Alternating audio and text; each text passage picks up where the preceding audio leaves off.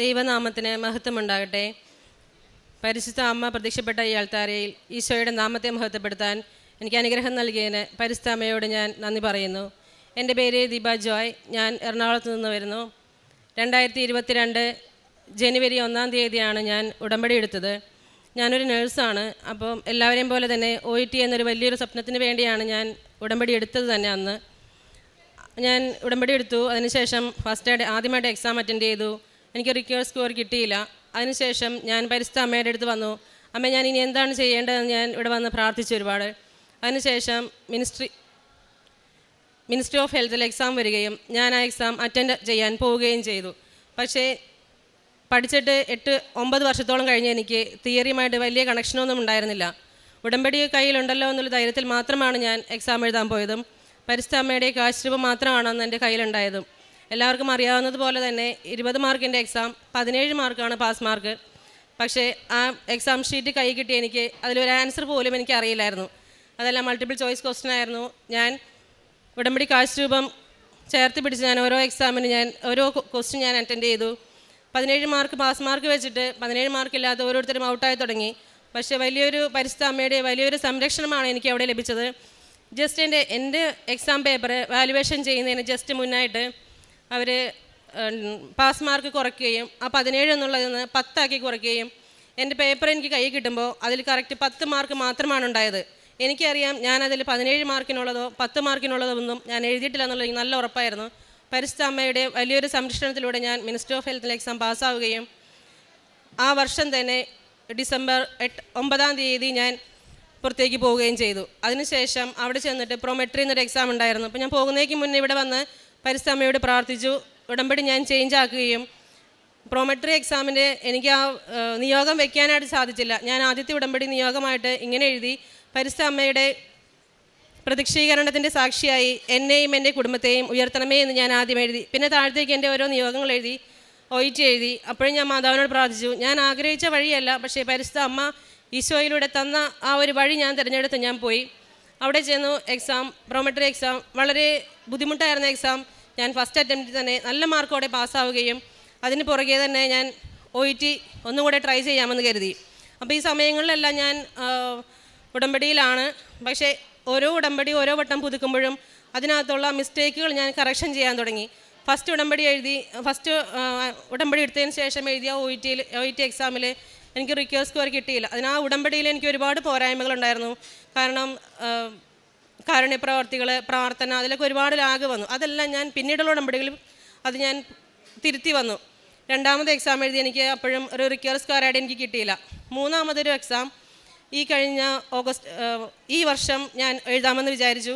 അങ്ങനെ ഞാൻ ഈ 2024 മെയ് മാസത്തിലെ മാതാവിൻ്റെ വണക്ക മാസത്തിൽ ഞാൻ നിയോഗം വെക്കുകയും ഇനി ഞാൻ എക്സാം എഴുതുന്നത് അമ്മ തരുന്ന ഡേറ്റിലാണെന്ന് തന്നെ ഞാൻ ഉറച്ച് വിശ്വസിച്ച് ഞാൻ പ്രാർത്ഥിച്ചു.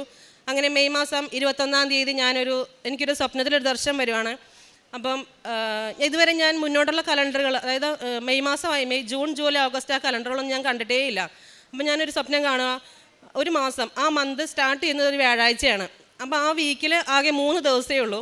അപ്പോൾ ഞാൻ പെട്ടെന്ന് എനിക്കത് എന്താണെന്ന് മനസ്സിലായില്ല. പിന്നെ സെക്കൻഡ് ഡേ ഞാൻ ഡ്യൂട്ടിക്ക് വന്നപ്പോൾ എൻ്റെ ഫ്രണ്ട് എൻ്റെ അടുത്ത് പറഞ്ഞു, നീ എക്സാമിന് ഡേറ്റ് എടുക്ക്. അപ്പോൾ ഞാൻ ഡേറ്റ് എടുക്കാനൊരു ഡേറ്റ് നോക്കി, കലണ്ടർ നോക്കി കഴിഞ്ഞപ്പോൾ ആ കറക്റ്റ് ഡേറ്റ് ഞാൻ സ്വപ്നത്തിൽ കണ്ട ഡേറ്റ്, അതായത് വ്യാഴാഴ്ച സ്റ്റാർട്ട് ചെയ്തു, 3-ാം തീയതി ശനിയാഴ്ച 3 എന്നുള്ള ഡേറ്റിൽ ഇങ്ങനെ റൗണ്ട് ചെയ്താണ് ഞാൻ സ്വപ്നം കണ്ടത്. ആ കറക്റ്റ് ആ 3-ാം തീയതി ഞാൻ പോയി ഡേറ്റ് എടുത്തു. എല്ലാ തവണയും എക്സാം എഴുതുന്നതിൽ എക്സാം എഴുതുന്നവർക്കറിയാം, നമുക്ക് മന്തിൽ ഫസ്റ്റ് എക്സാം നമ്മൾ ഞാൻ എഴുതാറില്ല. കാരണം എനിക്ക് പേടിയാണ്, അത് ഇച്ചിരി ടഫാണെന്നാണ് പൊതുവേ ഒരു ധാരണ. പക്ഷേ എനിക്കത് പരിശുദ്ധ അമ്മ ഈശോയിൽ നിന്ന് വാങ്ങിത്തന്നൊരു ഡേറ്റായിട്ട് തന്നെ ഞാൻ കരുതി. ആ 3-ാമത്തെ ഡേറ്റിൽ ഞാൻ പോയി എക്സാം ഡേറ്റ് എടുത്തു.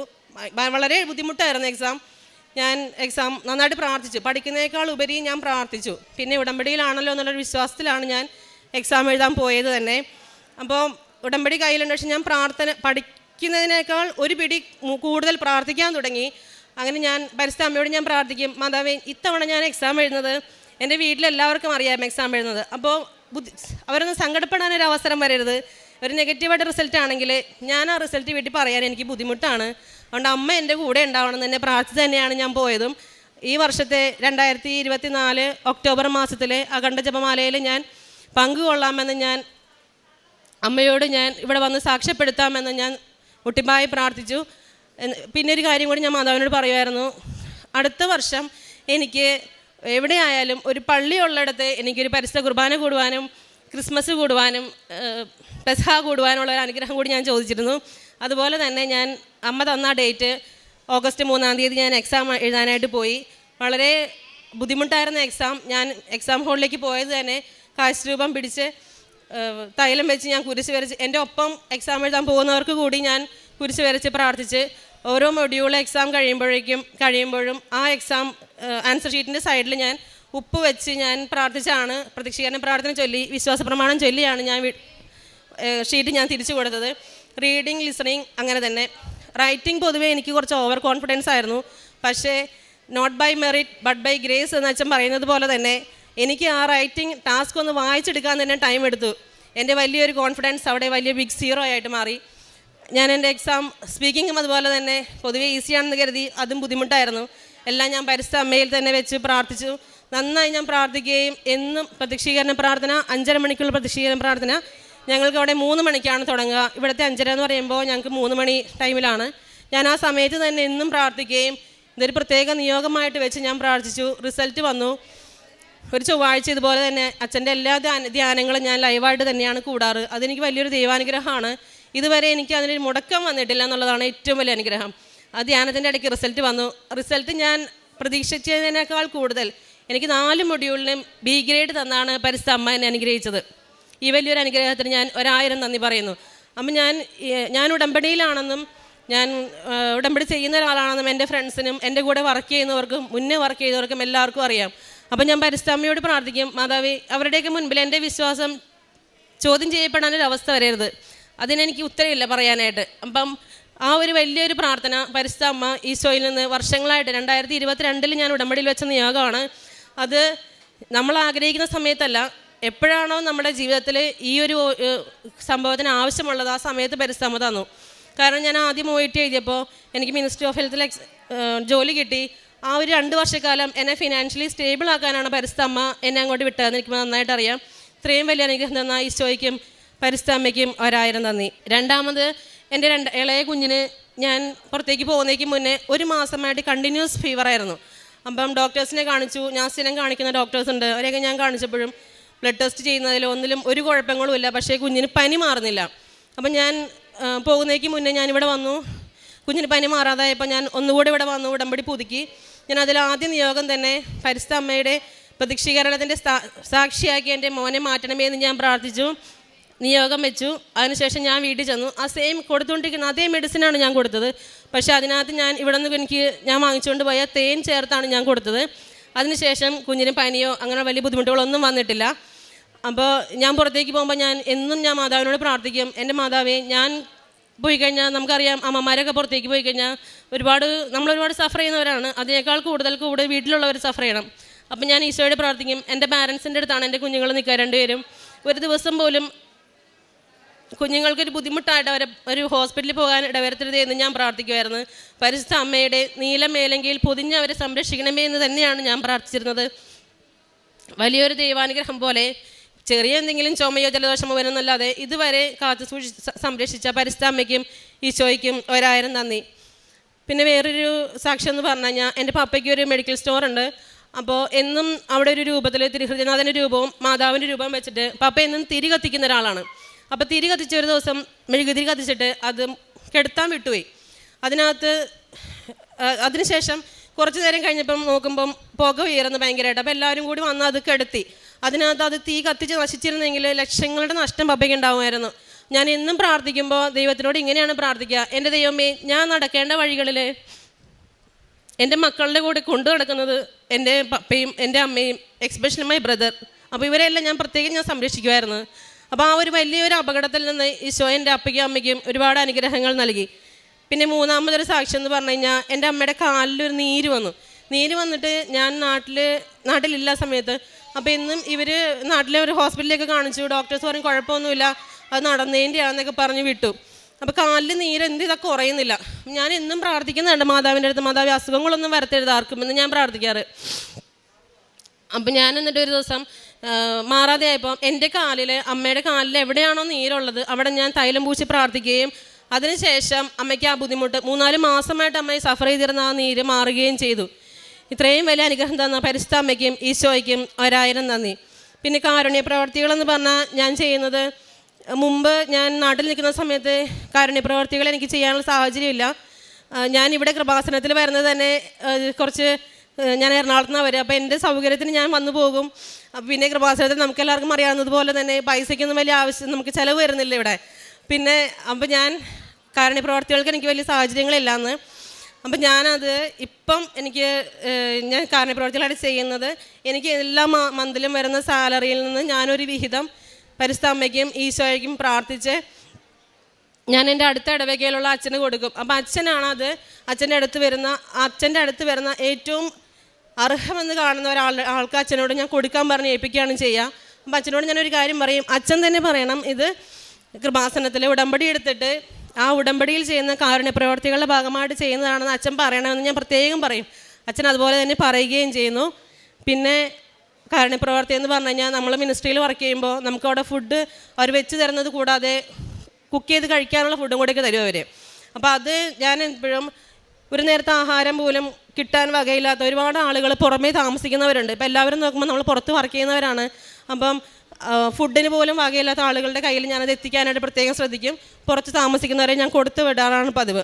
പിന്നെ എൻ്റെ ആത്മീയ ജീവിതത്തിലുണ്ടായ വളർച്ചയെന്ന് പറഞ്ഞു കഴിഞ്ഞാൽ, ഞാൻ കുഞ്ഞുനാളിൽ ഒരുപാട് പ്രാർത്ഥിക്കുകയും വിശ്വാസികളുടെ ഒരു വീട്ടിൽ തന്നെയാണ് ഞാൻ വളർന്നു വന്നത്. പക്ഷേ എൻ്റെ വിവാഹത്തിന് ശേഷം വന്നു കഴിഞ്ഞാൽ ഒരുപാട് ചേഞ്ചസ് എന്ന് പറഞ്ഞു കഴിഞ്ഞാൽ, ഒരു കുടുംബ പ്രാർത്ഥന പോലും ഇല്ലാതെ ഒരിടത്താണ് ഞാൻ ചെന്നുപെട്ടത്. അത് എൻ്റെ ദൈവവിശ്വാസം എന്നിൽ നിന്ന് എനിക്ക് കൈമോശം വന്നു. അത് പിന്നീട് ഇവിടെ വന്ന് ഉടമ്പടിയിലായതിനു ശേഷമാണ് പരിശുദ്ധ അമ്മ പിന്നീട് എന്നെ അത് ഈശോയിലേക്ക് അടുപ്പിച്ചത്. എൻ്റെ സത്യം പറഞ്ഞു കഴിഞ്ഞാൽ എൻ്റെ 7 വർഷത്തെ വിവാഹ ജീവിതം തന്നെയാണ് എന്നെ കൃപാസനത്തിൻ്റെ വാതിക്കലെത്തിച്ചതും. വർഷങ്ങൾക്ക് മുന്നേ പുറത്തേക്ക് പോകണം ഞാൻ ആഗ്രഹിച്ചിരുന്ന എൻ്റെ ലൈഫിൽ എപ്പോഴാണോ ഞാൻ പുറത്തേക്ക് പോകേണ്ടത് എന്നുള്ള ടൈം തന്നെ തീരുമാനിച്ച് പരിശുദ്ധ അമ്മേനെ പറഞ്ഞു വിടുകയും, ഞാൻ പോകുന്ന ഓരോ ഇടങ്ങളിലും എൻ്റെ കൂടെ ഇന്നും ദൈവത്തിൻ്റെ സാന്നിധ്യമുണ്ടെന്ന് തന്നെയാണ് എൻ്റെ വിശ്വാസവും. ഇത്രയും വലിയ അനുഗ്രഹങ്ങൾ തന്ന ഈശോയ്ക്കും പരിശുദ്ധ അമ്മയ്ക്കും 1000 നന്ദി. വിശുദ്ധ ഗ്രന്ഥത്തിൽ എഫെസോസുകാർക്കുള്ള ലേഖനം 5-ാം അധ്യായം 10-ാം തിരുവചനം അരുളി ചെയ്യുന്നു, കർത്താവിന് പ്രസാദകരമായിട്ടുള്ളവ എന്തെന്ന് വിവേചിച്ചറിയുവീൻ. പ്രകാശത്തിൻ്റെ മക്കളെ പോലെ വ്യാപരിക്കുവാനും പ്രകാശത്തിൻ്റെ ഫലം സകല നന്മയിലും നീതിയിലും സത്യത്തിലുമാണെന്നും കർത്താവിന് പ്രതീകരമായവ എന്തെന്ന് വിവേചിച്ചറിയുവാനുമൊക്കെ വചനം നമ്മോട് അരുളി ചെയ്യുമ്പോൾ, തനിക്ക് തൻ്റെ ഉടമ്പടി ജീവിതത്തിലൂടെ തനിക്ക് നഷ്ടപ്പെട്ട തൻ്റെ വിശ്വാസ ജീവിതം, കൂദാശ ജീവിതം, അതായത് അതിന് ഒരു തീഷ്ണത ഇല്ലായിരുന്നു, ഒരു മന്ദോഷ്ണതയിലായിരുന്നു. ആ ഒരു അവസ്ഥയിൽ നിന്ന് വെളിപാടിൻ്റെ പുസ്തകത്തിൽ നാം കേൾക്കുന്ന തിരുവചനം പോലെ പിന്നീട് ഈ മകള് എങ്ങനെയാണ് തനിക്ക് നീ ചൂടോ തണുപ്പോ ഇല്ലാത്തവനാകിയാൽ നിന്നെ എൻ്റെ വായിൽ നിന്ന് തുപ്പിക്കളയും എന്നാണ് തിരുവചനം വെളിപാടിൻ്റെ പുസ്തകത്തിൽ അരുളി ചെയ്യുന്നത്.